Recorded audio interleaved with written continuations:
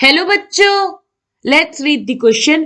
For which element would XH3 be a stable species?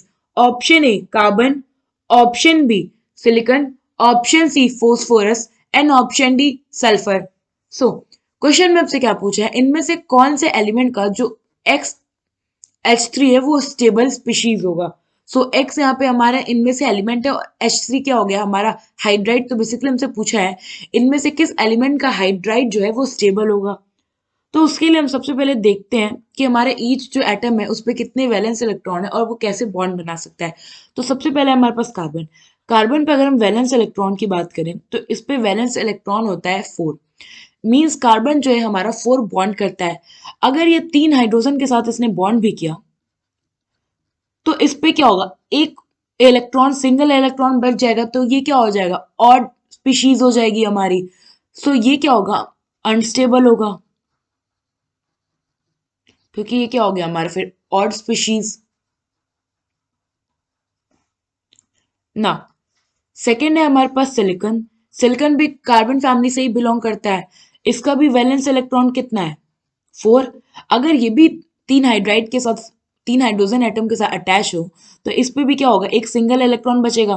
तो ये भी क्या हो जाएगा, सेम हमारा ऑड स्पीशीज हो जाएगा और ये हो जाएगा हमारा unstable. So this is also unstable and odd species.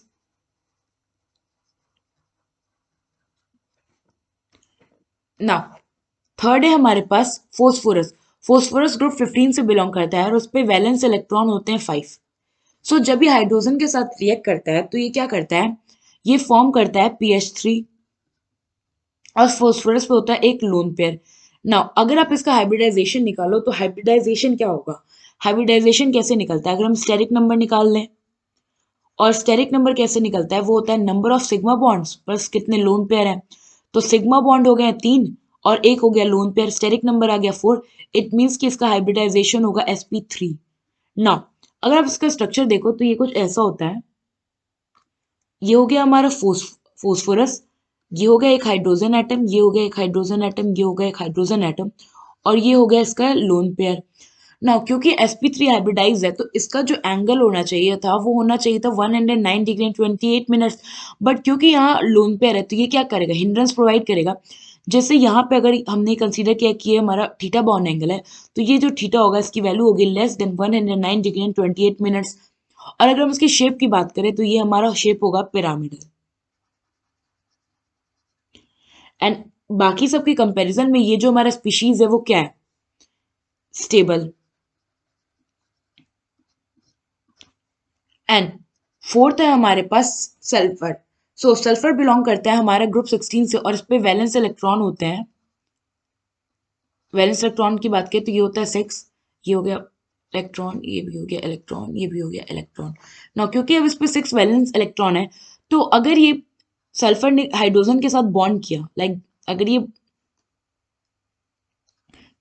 Suppose ये हमारा सल्फर है, इस पे 6 इलेक्ट्रॉन है, अगर ये 3 हाइड्रोजन से बॉन्ड कर लेता है तो इस पे क्या होंगे, ये इट्स अ रफ स्केच. तो इस पे 3 अगर आप देखो तो इलेक्ट्रॉन बच रहे हैं तो ये भी क्या हो रहा है, ऑड स्पीशीज बन रहा है. और अगर ये ऑड स्पीशीज है तो ये क्या होगा, कंपैरेटिवली अनस्टेबल होगा. ना क्वेश्चन में हमसे पूछा था कि कौन सा स्टेबल स्पीशीज होगा तो हमने देखा कि जो हमारा PH3 है वो स्टेबल होता है. एंड हमने इसका स्ट्रक्चर भी देख लिया और इसका शेप भी देख लिया.